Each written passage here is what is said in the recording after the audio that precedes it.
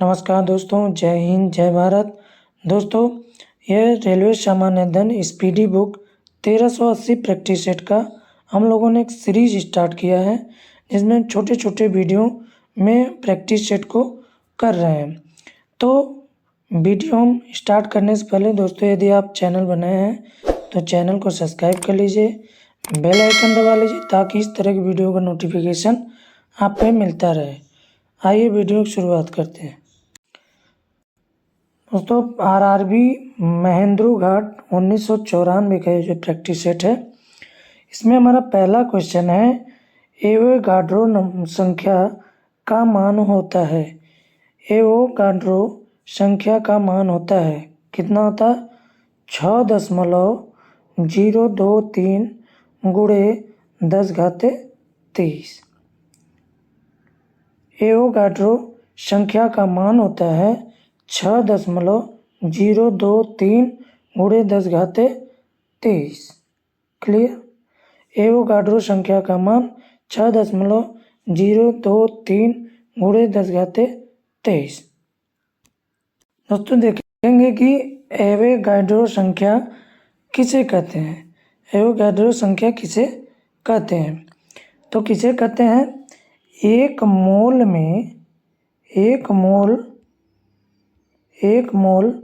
पदार्थ में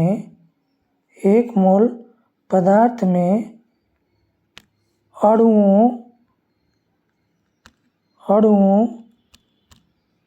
या परमाणुओं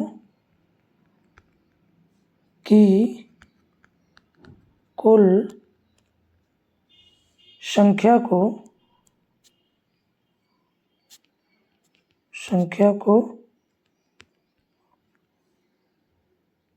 एवोगाड्रो संख्या या एवोगाड्रो नियतांक या स्थिरांक कहते हैं। तो दोस्तों, एवोगाड्रो संख्या किसे कहते हैं? एक मोल पदार्थ में अणुओं या परमाणुओं की कुल संख्या को एवोगाड्रो संख्या, एवोगाड्रो स्थिरांक या नियतांक कहते हैं। क्लियर? इसका एसआई में इसका मान होता है, एवोगाड्रो संख्या का एसआई में मान होता है 6.0221407 गुणे 10⁻23। इसका एक्चुअल मान होता है, कितना होता है? एक्चुअल मान 6.0221407 गुणे 10⁻23 मोल, इतना मान होता है इसका दोस्तों। क्लियर? अब आगे चलते हैं। अगला क्वेश्चन है, दाब बढ़ने पर एक तरल का क्वथनांक क्या होता है? घटता है कि बढ़ता है? तो दाब बढ़ने पर एक तरल का क्वथनांक जो है बढ़ता है।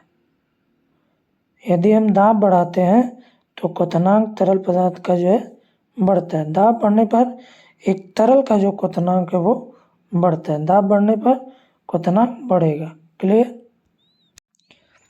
अगला प्रश्न है, मानव रक्त में ऑक्सीजन का परिवहन करता है। मानव रक्त में ऑक्सीजन का परिवहन कौन करता है? आरबीसी। आरबीसी मतलब रेड ब्लड कॉर्पस, लाल रक्त कणिका। रेड ब्लड कॉर्पस, लाल रक्त कणिका। मानव शरीर में ऑक्सीजन का परिवहन कौन करता है? लाल रक्त कणिका। अगला प्रश्न है, काफ़ी इम्पॉर्टेंट प्रश्न है दोस्तों। ये क्वेश्चन बहुत बार रेलवे में पूछा गया ग्रुप डी में, कि वसा में घुलनशील विटामिन कौन कौन से हैं? आप इसको रट जाइए। ए डी ई के, ए डी ई के, ए डी ई के, ए डी ई के। वसा में घुलनशील विटामिन कौन से हैं? ए डी ई के, ए डी ई के। वसा में घुलनशील विटामिन ए डी ई के, ADE अब एक क्वेश्चन इसी पे पूछ देता है, ये तो वसा में हो गया, वसा में घुलनशील ADE। अब पूछ देगा जल में घुलनशील विटामिन। जल में घुलनशील विटामिन कौन कौन से हैं?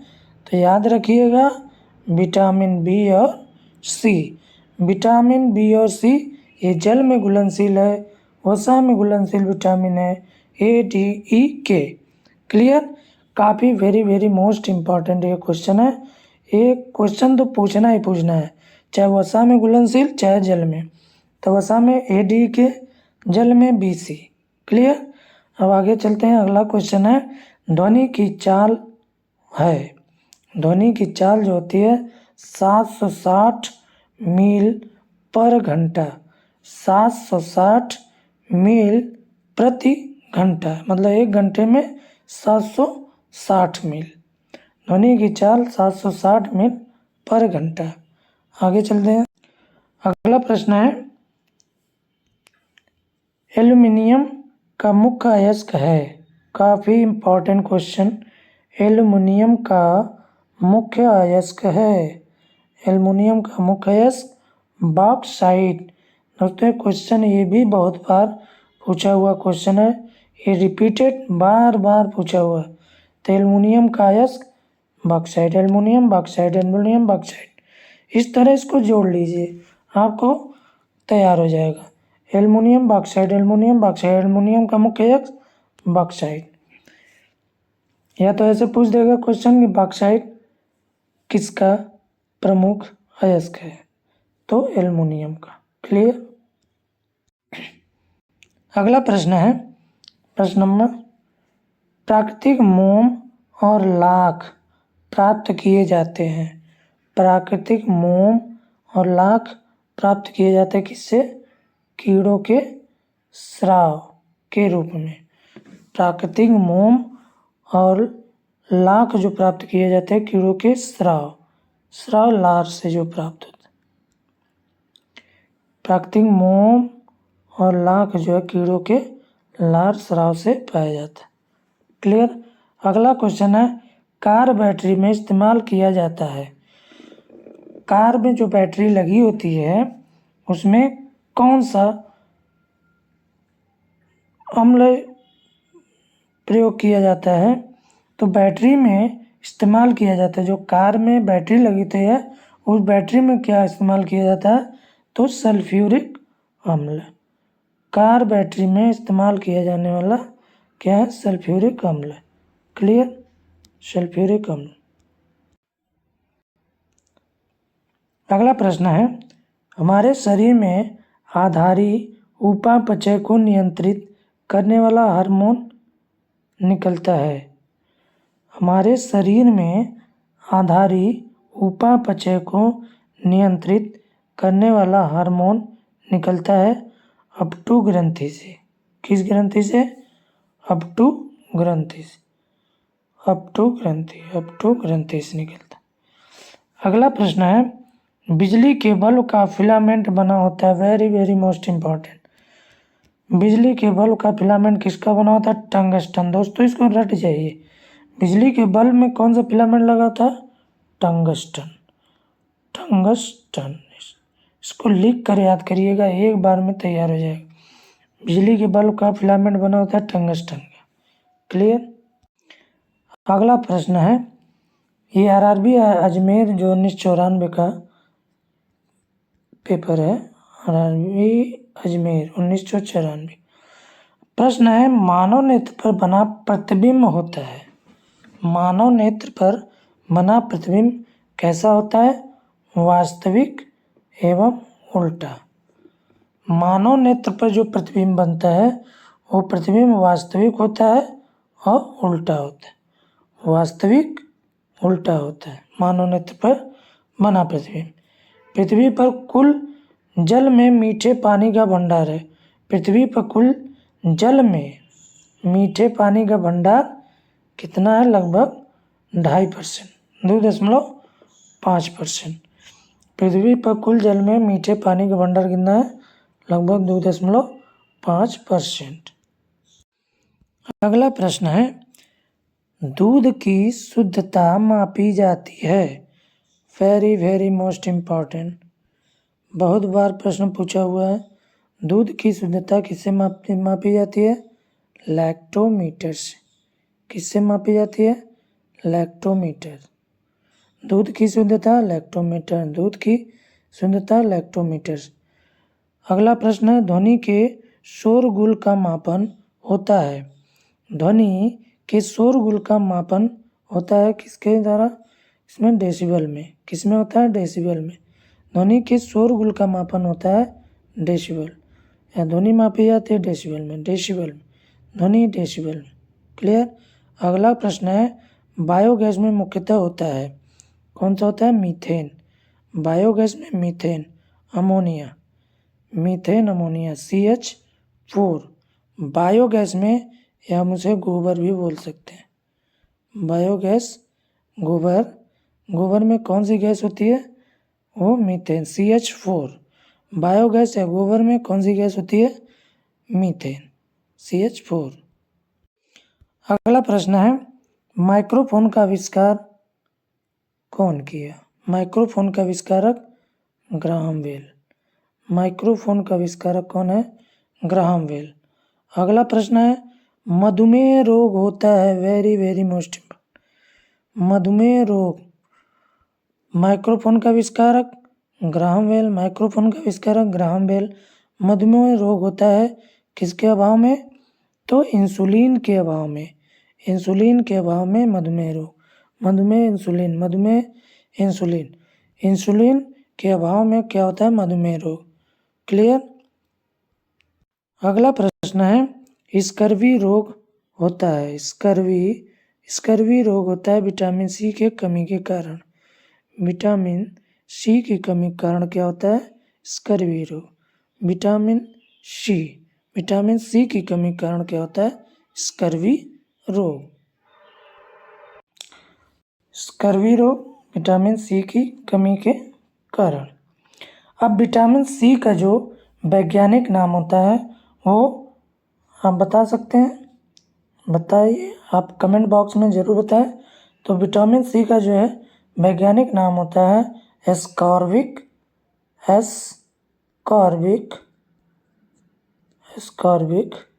एसिड। एस्कॉर्बिक एसिड, आप जो कॉपी में नोट कर लीजिए इसको। तो विटामिन सी का जो वैज्ञानिक नाम है वो एस्कॉर्बिक एसिड। स्कर्वी रोग मतलब मसूड़ों में जो है, जोड़ों में दर्द, इस तरह के रोग जो है काफ़ी गंभीर बीमारी है। तो इस तरह के रोग, स्कर्वी रोग किस विटामिन कमी के कारण होता है? Vitamin C. क्लियर। अब विटामिन सी की बात हुई। अब विटामिन ए, इस तरह विटामिन ए का वैज्ञानिक नाम क्या है? रेटिनॉल। विटामिन ए का वैज्ञानिक नाम रेटिनॉल। क्लियर। विटामिन B1 का वैज्ञानिक नाम क्या है? थायमीन। इसको नोट करते जाइए, थायमीन। विटामिन B2 का वैज्ञानिक नाम क्या है? Riboflavin. Riboflavin.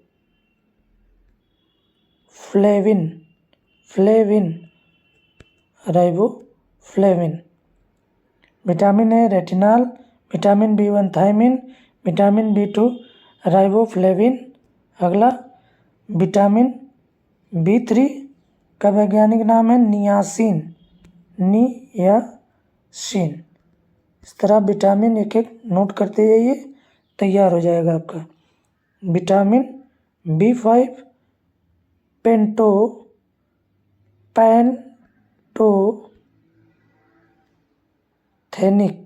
Pantothenic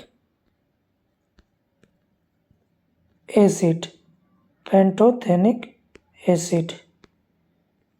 B3 niacin, B5 pantothenic acid. Clear. अगला विटामिन देखेंगे हम, विटामिन डी। विटामिन डी का वैज्ञानिक नाम क्या है? विटामिन डी का वैज्ञानिक नाम जो है कैल्सीफेरॉल।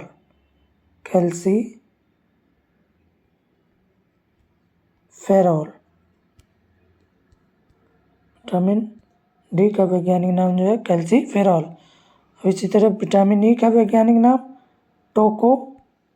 फेरोल, टोको फेरोल। क्लियर। अगला देखेंगे विटामिन के का वैज्ञानिक नाम फाइलो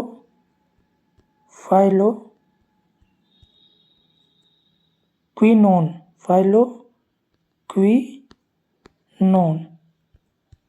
जगह नहीं है दोस्तों, यहाँ एक ही में लिखना है फाइलोक्विनोन। विटामिन के का वैज्ञानिक नाम फाइलोक्विनोन।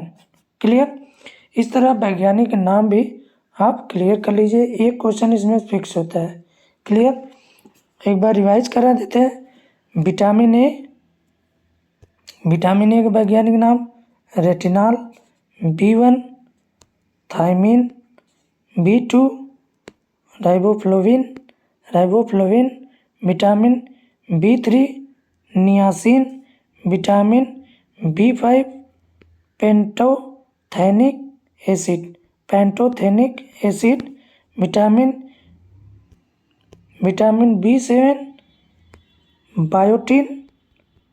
क्लियर।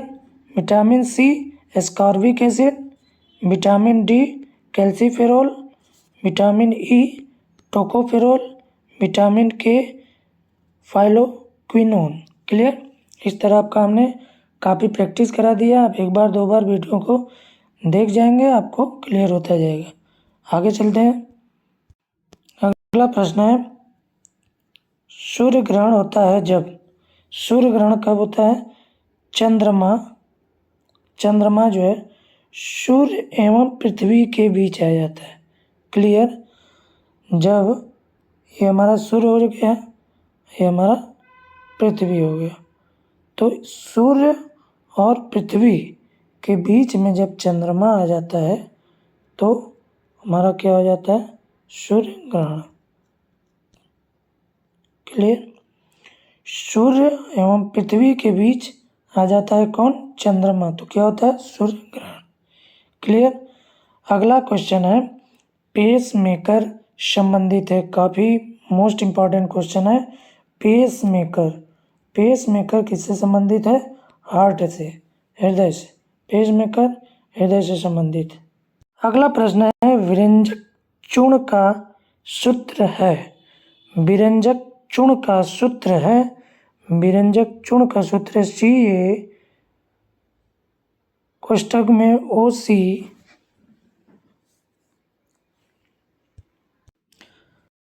CaOCl।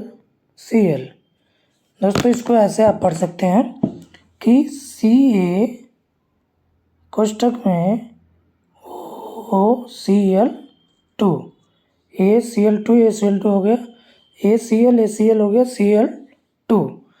तो यहाँ पे आप कह सकते हैं Ca कोष्ठक में OCl2, इसको आप ऐसे पढ़ सकते हैं। इसको हम पढ़ेंगे, इसका नाम क्या है? इसका नाम हो जाएगा कैल्शियम ऑक्सीक्लोराइड,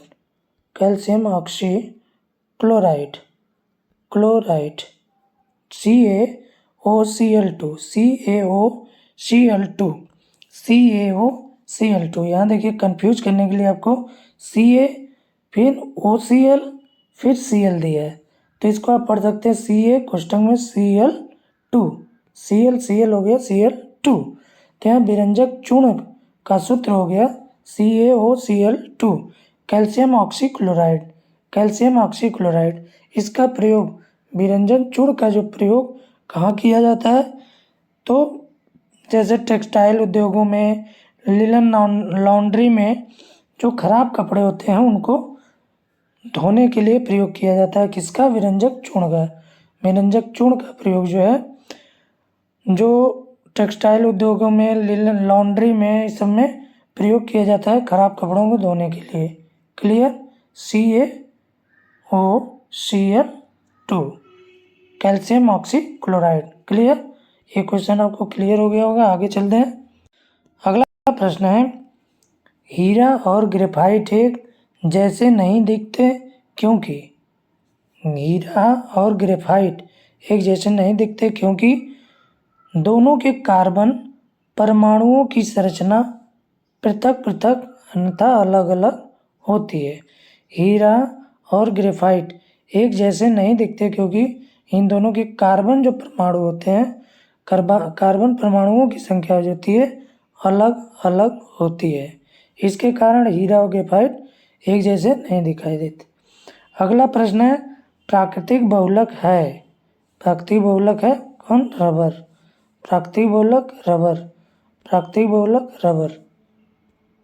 यहाँ पे हो गया हीरा और ग्रेफाइट का कार्बन परमाणु संरचना अलग अलग होती है, इसलिए जो है एक जैसे दिखते नहीं है। क्लियर? प्राकृतिक बहुलक है रबर। आगे चल। अगला प्रश्न है, कच्चे फलों को कृत्रिम ढंग से पकाने के लिए प्रयोग किया जाता है। कच्चे फलों को कृत्रिम मतलब जो मनुष्य अपने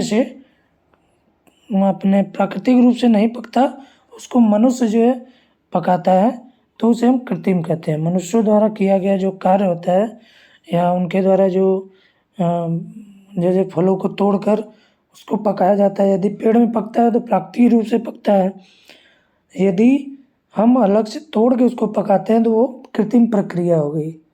क्लियर? ढंग से पकाने के लिए प्रयोग किया जाता है किसका? एसिटिलीन गैस का। किसका प्रयोग किया जाता है? एसिटिलीन गैस का।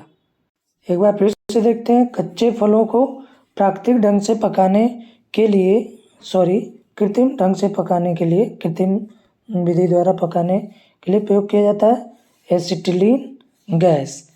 अब यहाँ पे एसिटिलीन गैस का कभी कभी सूत्र पूछ देगा, तो एसिटिलीन गैस का सूत्र होता है C2H2 C2H2 C2H2 C2H2 acetylene. Acetylene को एक और नाम से जानते हैं, इसे बोलते हैं एथीन। एसिटिलीन को जो है एक और नाम से जानते हैं, जिसे हम बोलते हैं एथीन। तो कच्चे फलों को कृत्रिम विधि से पकाने के लिए प्रयोग किसका किया जाता है? Acetylene gas. एसिटिलीन का फार्मूला होता है C2H2। अब एसिटिलीन के एक और नाम से जानते हैं, कौन सा नाम है? एथीन। क्लियर? अब इसको जो अलग चीज़ें आपको मिल रही हैं दोस्तों, इसको आप एक कॉपी में नोट करते चलिए ताकि आपको जो है तैयार होते रहे। अगला प्रश्न है, विद्युत चुंबक बनाने के लिए सबसे अधिक उपयुक्त होता है। विद्युत चुंबक बनाने के लिए सबसे अधिक प्रयुक्त या उपयुक्त होता है मृदु लोहा। मृदु लोहा। क्लियर? मृदु लोहा का मतलब हो गया कि नर्म लोहा। क्लियर? नर्म लोहा। एक बार फिर से, विद्युत चुंबक बनाने के लिए सबसे अधिक उपयुक्त होता है किसका? मृदु लोहा या नर्म लोहे का प्रयोग किया जाता है। क्लियर? अगला प्रश्न है, मस्तिष्क और मेरुरज्जु को ढकने वाली झिल्लियों में सूजन आ जाने से कौन सा रोग होता है? मस्तिष्क और मेरुरज्जु को ढकने वाली झिल्लियों में सूजन आ जाने से कौन सा रोग होता है? तो कौन सा रोग होता है? मेनिंजाइटिस। कौन सा रोग होता है? मेनिंजाइटिस। मस्तिष्क और मेरुरज्जु को ढकने वाली जो झिल्लियों में यदि जो सूजन आता है तो उससे कौन सा रोग होता है? मेनिंजाइटिस रोग होता है।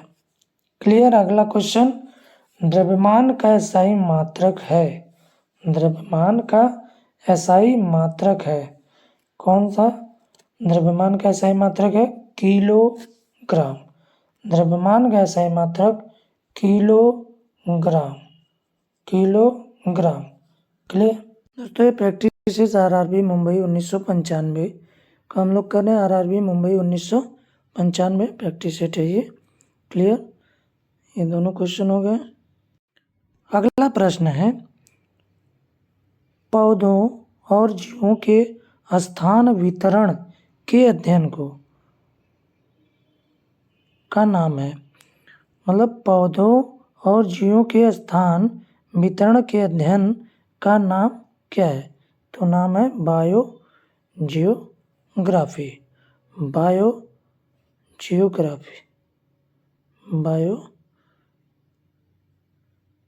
Geography, bio geography.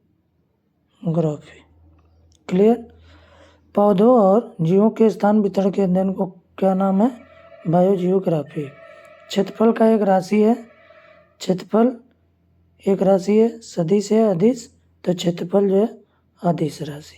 क्षेत्रफल कैसी राशि है? अदिश राशि। क्षेत्रफल अदिश राशि। अगला क्वेश्चन है, सौरमंडल का सबसे बड़ा ग्रह। सौरमंडल का सबसे बड़ा ग्रह बृहस्पति। सौरमंडल का सबसे बड़ा ग्रह बृहस्पति। अगला प्रश्न है, अस्थियों का अध्ययन कहलाता है। अस्थियों मतलब हड्डियों, हड्डियों का अध्ययन या अस्थियों का अध्ययन क्या कहलाता? ऑस्टियोलॉजी। अस्थियों का अध्ययन ऑस्टियोलॉजी। अस्थियों का अध्ययन ऑस्टियोलॉजी। अस्थियों का अध्ययन ऑस्टियोलॉजी। दोस्तों इस पे हम कई क्वेश्चन देख लेते हैं। जैसे हम पहला है कि फलों का अध्ययन क्या कहलाता है? फलों का अध्ययन क्या कहलाता है? पोमोलॉजी। पोमोलॉजी, इसको नोट करते जाइए आप। पोमोलॉजी। फलों के अध्ययन को क्या कहते हैं? पोमोलॉजी। अस्थियों के अध्ययन को ऑस्टियोलॉजी। फूलों के अध्ययन को और फूलों के अध्ययन को क्या कहते हैं? एंथ्रोलॉजी। फूलों के अध्ययन को जो हम कहते हैं एंथ्रोलॉजी। एंथ्रोलॉजी। फलों के अध्ययन पोमोलॉजी, फूलों का अध्ययन एंथ्रोलॉजी, अस्थियों का अध्ययन जो ऑस्टियोलॉजी। आगे देखते हैं, मिट्टी का अध्ययन। मिट्टी का अध्ययन या मृदा, मृदा या मिट्टी के अध्ययन को हम क्या कहते हैं? पेडोलॉजी। पेडोलॉजी। मिट्टी के अध्ययन या मृदा के अध्ययन को क्या बोलते हैं? पेडोलॉजी।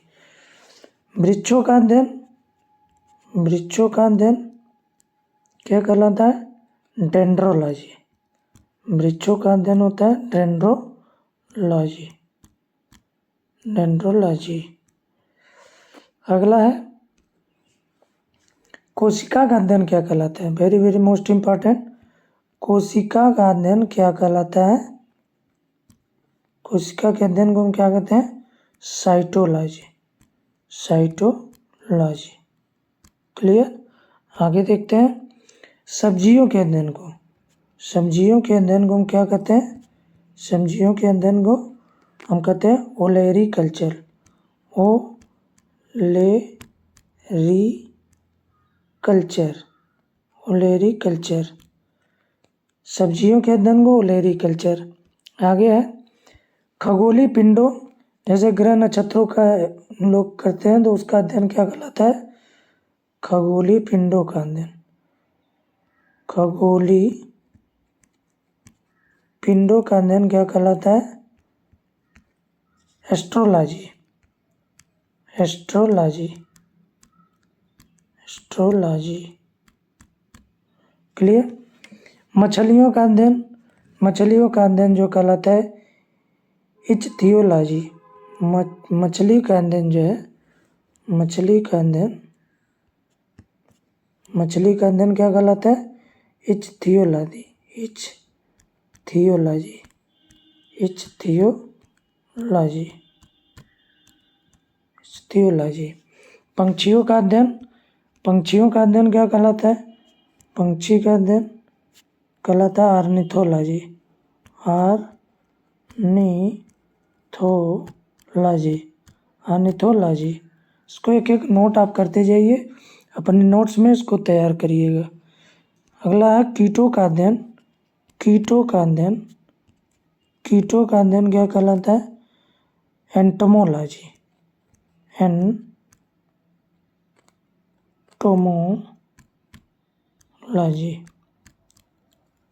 सांपों का अध्ययन, सांपों का अध्ययन हर्पेटोलॉजी,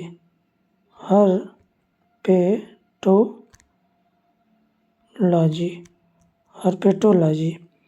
अगला है जीवाश्म का अध्ययन। जीवाश्म का अध्ययन क्या कहलाता है?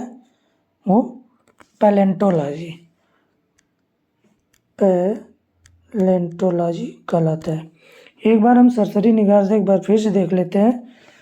फलों का अध्ययन पोमोलॉजी, फूलों का अध्ययन एंथ्रोलॉजी, मिट्टी का अध्ययन पेडोलॉजी, वृक्षों का अध्ययन डेंड्रोलॉजी, कोशिका का अध्ययन साइटोलॉजी, सब्जियों का अध्ययन ओलेरीकल्चर, खगोलीय पिंडों जिसमें हम ग्रह नक्षत्रों का अध्ययन करते हैं उसको हम बोलते हैं एस्ट्रोलॉजी, मछली का अध्ययन इच्थियोलॉजी, पक्षियों का अध्ययन ऑर्निथोलॉजी, कीटों का अध्ययन एंटोमोलॉजी, सांपों का अध्ययन हर्पेटोलॉजी, जीवाश्म का अध्ययन पैलेंटोलॉजी। जीवाश्म का अध्ययन पैलेंटोलॉजी। दोस्तों इस पे एक क्वेश्चन फिक्स रहता है, इसलिए मैंने इसको जो है पढ़ाया है एक एक करके। आप वीडियो को पैक कर करके इसको एक एक नोट कर लीजिए, इसको तैयार कर लीजिए। परीक्षा के दृष्टिगत एक क्वेश्चन जरूर इसमें से आएगा। क्लियर? आगे चलते हैं। अगला क्वेश्चन है प्रोटीन का सबसे अधिक समृद्ध स्रोत है। प्रोटीन का सबसे अधिक समृद्ध स्रोत क्या है? सोयाबीन और मशरूम। सोयाबीन और मशरूम प्रोटीन का सबसे अधिक समृद्ध स्रोत कौन सा है? सोयाबीन और मशरूम। अगला क्वेश्चन है ध्वनि तरंगे यात्रा नहीं कर सकती। कहाँ? निर्वात में। निर्वात में यात्रा नहीं कर सकती। ध्वनि तरंगे निर्वात में। निर्वात का मतलब कोई चीज़ जो है इसमें बंद कर दी जाए, हवा ना हो, तो इसमें ध्वनि तरंगे जो है नहीं प्रवेश कर सकती। निर्वात मतलब जहाँ हवा ना हो। क्लियर? तो ध्वनि तरंगे यात्रा नहीं कर सकती निर्वात में। अगला प्रश्न है अंतरिक्ष यात्री को अंतरिक्ष लगता है। अंतरिक्ष यात्रियों को अंतरिक्ष कैसा देखने में लगता है? तो काला। उनको काला दिखाई देता है अंतरिक्ष। क्लियर? दोस्तों ये हम लोग आरआरबी भोपाल 1995 का प्रैक्टिस सेट देख रहे हैं, जो आरआरबी भोपाल में प्रश्न पूछा हुआ है 1995 का पेपर है ये। क्लियर? आगे चलते हैं। अगला प्रश्न है रक्त दाब को मापने के लिए प्रयोग किया जाता है। किसको? रक्त दाब को। तो रक्त दाब को मापने के लिए प्रयोग किया जाता है स्फिग्मोमैनोमीटर। स्फिग्मोमैनोमीटर रक्त दाब को मापने के लिए स्फिग्मोमैनोमीटर। दोस्तों मापने से रिलेटेड भी क्वेश्चन बहुत सारे हैं, जैसे आपेक्षिक घनत्व किससे मापते हैं? आपेक्षिक घनत्व किससे मापते हैं? तो हाइग्रोमीटर से। हाइग्रोमीटर से पहिए की गति मापने के लिए टेकोमीटर का प्रयोग करते हैं, या इसे हम टेकोमीटर का प्रयोग करते हैं। तो इस तरह बहुत सारे क्वेश्चन हैं दोस्तों। इस वीडियो में संभव नहीं है क्योंकि ये वीडियो काफ़ी लंबा हो जाएगा इस तरह पूरा टॉपिक क्लियर करने में। तो इसका अलग से हम वीडियो बनाएंगे मापक यंत्रों का। तो आगे चलते हैं। अगला प्रश्न है रेडियन किसकी इकाई है? रेडियन जो है, रेडियन किसकी इकाई है? कोण की। रेडियन किसकी इकाई है? कोण की। खून की कमी क्या कहा जाता है? एनीमिया। खून की कमी को anaemia. Very very most important question है। क्वेश्चन बार बार पूछा गया। खून की कमी से कौन सा रोग होता है? एनीमिया। खून की कमी को क्या कहा जाता है? एनीमिया। क्लियर? अगला प्रश्न है भारी जल शब्द किसका सूचक है? भारी जल का सूत्र होता है D2O। भारी जल इसको हम बोलते हैं ड्यूटीरियम ऑक्साइड। D2O को ड्यूटीरियम ऑक्साइड। भारी जल D2O ड्यूटीरियम ऑक्साइड। अगला प्रश्न है विटामिन जो आँखों के लिए अच्छा होता है। विटामिन जो आँखों के लिए अच्छा होता है तो विटामिन ए। अब यहाँ देख लेते विटामिन ए का वैज्ञानिक नाम क्या है? रेटिनोइड। रेटिनॉल। विटामिन ए के लिए जो हम क्या खाते हैं, गाजर, ये सब विटामिन ए के लिए जो हम प्रयोग करते हैं। अगला प्रश्न है, कोबाल्ट पाया जाता है। कोबाल्ट जो है विटामिन B12 में, कोबाल्ट जो है किस में पाया जाता है, विटामिन B12 में। B12 जो ऐसा विटामिन है जिसमें एकमात्र जो है कोबाल्ट पाया जाता है विटामिन B12 में। क्लियर दोस्तों, एक बार हम यहाँ रिवाइज कर लेते हैं वैज्ञानिक नामों का, तो आपका जो है कॉन्सेप्ट एकदम क्लियर होता जाएगा। तो विटामिन ए का क्या नाम है, वैज्ञानिक नाम, vitamin A retinol, vitamin B thiamine, vitamin B2 riboflavin, vitamin B7 biotin, vitamin C ascorbic acid, vitamin D calciferol, vitamin E tocopherol, vitamin K phylloquinone, B3 niacin और B5 जो है पेंटोथेनिक एसिड। तो विटामिन जो आँखों के लिए अच्छा होता है विटामिन ए, इसका वैज्ञानिक नाम रेटिनॉल। कोबाल्ट विटामिन B12 में पाया जाता है। आगे चलते हैं, आवेश की मात्रक एम्पियर सेकेंड। अब आवेश बराबर होता है, आवेश को दर्शाते हैं हम दोस्तों Q से, आवेश को हम दर्शाते हैं Q से। Q बराबर होता है IT, I जो हमारा होता है धारा हो गया, और T जो होता है हमारा समय हो गया। समय Q को जो हम आवेश को हम दर्शाते हैं Q से, तो Q बराबर IT। तो यहाँ मात्रा कैसे निकालेंगे, तो Q बराबर जब IT होता है IT, तो I से हो गया हमारा धारा, मतलब धारा का मात्रक एम्पियर, और T हो गया सेकेंड, टाइम को हम सेकेंड से दर्शाते हैं, Q जो है कूलाम हो गया। तो आवेश की मात्रा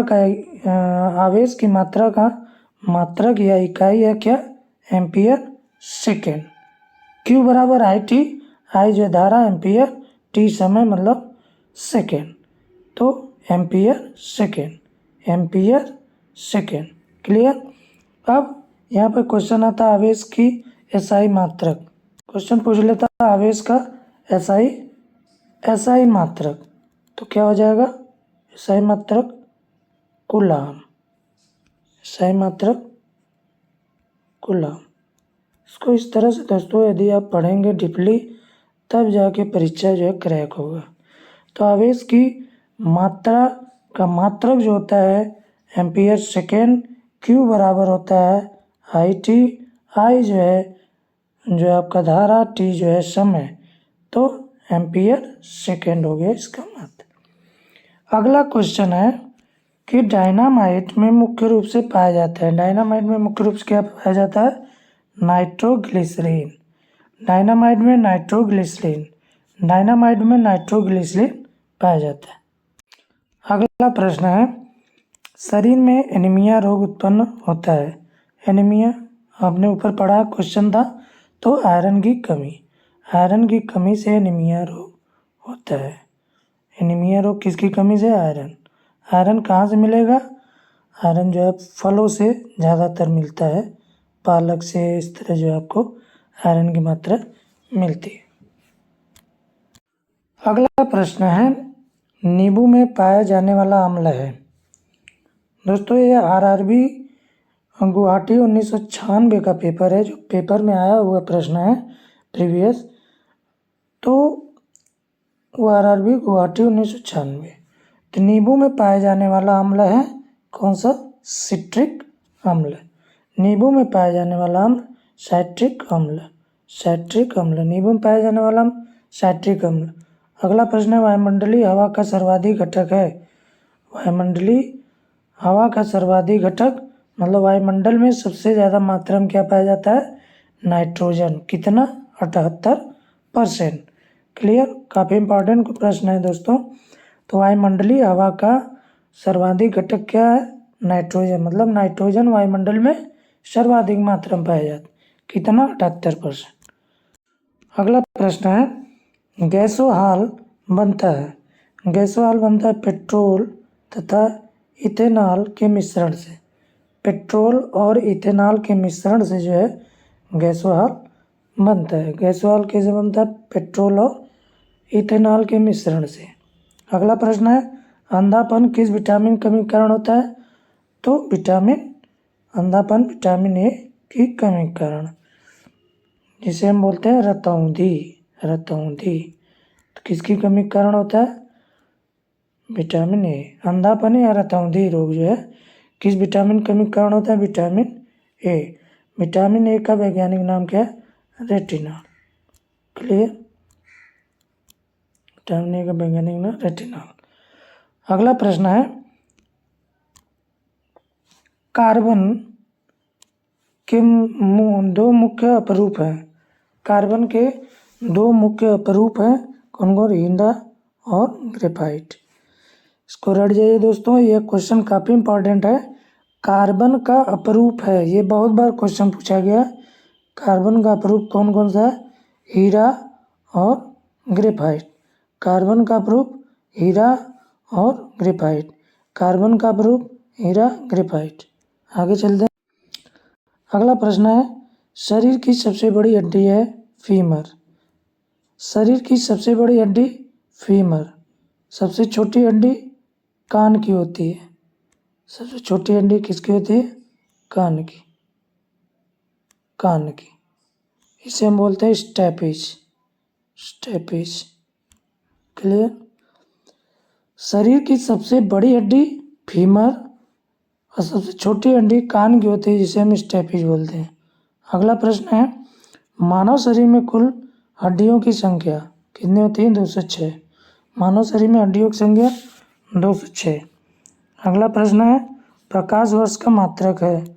मोस्ट इम्पॉर्टेंट क्वेश्चन, प्रकाश वर्ष मात्रक किसका? दूरी का। प्रकाश वर्ष दूरी का मात्रक। अगला प्रश्न है, पॉजिट्रॉन की खोज की थी एंडरसन। पॉजिट्रॉन खोज एंडरसन ने की। पॉजिट्रॉन खोज एंडरसन। पानी का अधिकतम घनत्व होता है।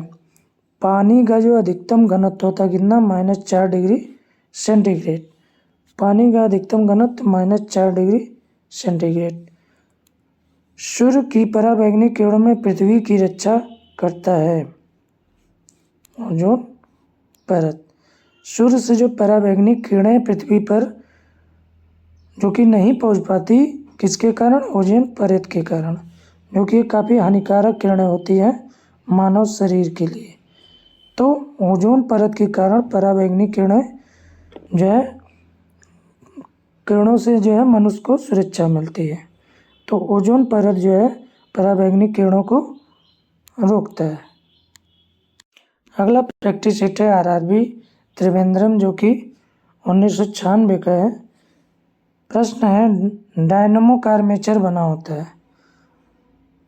डायनमो का आर्मेचर जो है इस्पात से, इस्पात मतलब लोहे से बना होता है, इस्पात से बना होता है। अगला प्रश्न है, पृथ्वी पर एक व्यक्ति का वजन 600 न्यूटन है, तो उसका वजन चांद पे होगा।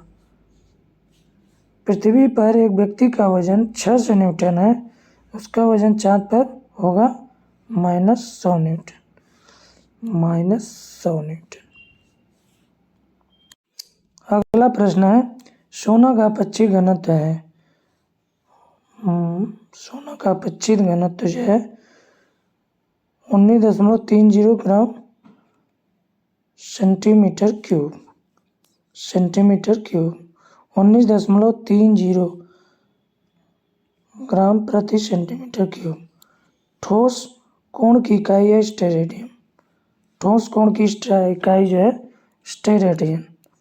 ठोस कोण की इकाई जो है स्टेरेडियन। दोस्तों, ये पृथ्वी पे एक व्यक्ति का वजन 600 न्यूटन, उसका चांद पे होगा कितना? 100 न्यूटन। सॉरी, माइनस नहीं है, 100 न्यूटन। यहाँ मुझे 19.30। सोना का अपचित घनत्व। ठोस कोण की इकाई जो है स्टेरेडियन।